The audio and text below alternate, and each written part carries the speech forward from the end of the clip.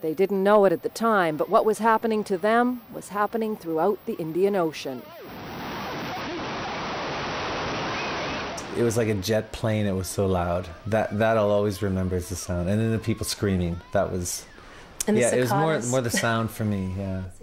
Up in the hills above the island, they spent a night in the jungle. No phone, no computer.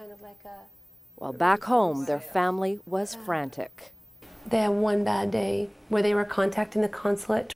With the help of the Thai people and one family in particular, Marnie and her husband finally made it to a hospital, where they stayed, healing their physical wounds at least, for the next 9 days. That's my leg 9 days after. And I don't know how, like what bruised it. And you have the bruise on my arm here. And you reflect on everybody you met, too, because we met a lot of people that weren't on the island, like in the airports, because one airport we were in, it was full of people, and they were all from Sweden. So all I can think of, all the people in Sweden that lost their lives, and I'm sure a lot of them in that airport did, because they were all heading to Phuket. Never, ever stop yourself from telling somebody you love them. That was huge. You know, like the amount of phone calls we got, and knowing how much your family loves you, your friends love you, or things like that. Like, but those kind of things, it's huge to say those things. You know, yeah. And that sounds cliche in a lot of ways too, but that meant so much. Yeah. Returning home to Vancouver last January, the couple was overwhelmed.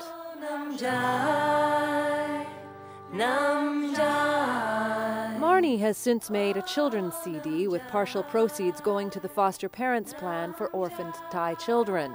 When things like this happen, people's hearts open up, and that's when people react and when people do things. And I know for myself that it's made me want to do more and to give more. And I know that when these things happened, people were just going out and doing as much as they could. It was the kind of experience that changes you forever. Yeah, it takes you out of that sleep that we're all kind of in, you know, our day-to-day lives, you know, getting our job done, getting our work, you know, paying our bill. You get out of that sleep and you kind of wake up and see, you know, okay, this is the ground, this is, you know, this is my wife, this is, you know, other people, and it's pretty neat actually when I look at it that way. That's a good description actually. Yeah. Even for those of us thousands of miles away, this was a disaster we could not look away from. And for a moment at least, we too had our eyes opened. 1 year later, and the memory has faded for most of us. But for those who were there, it has irrevocably changed them.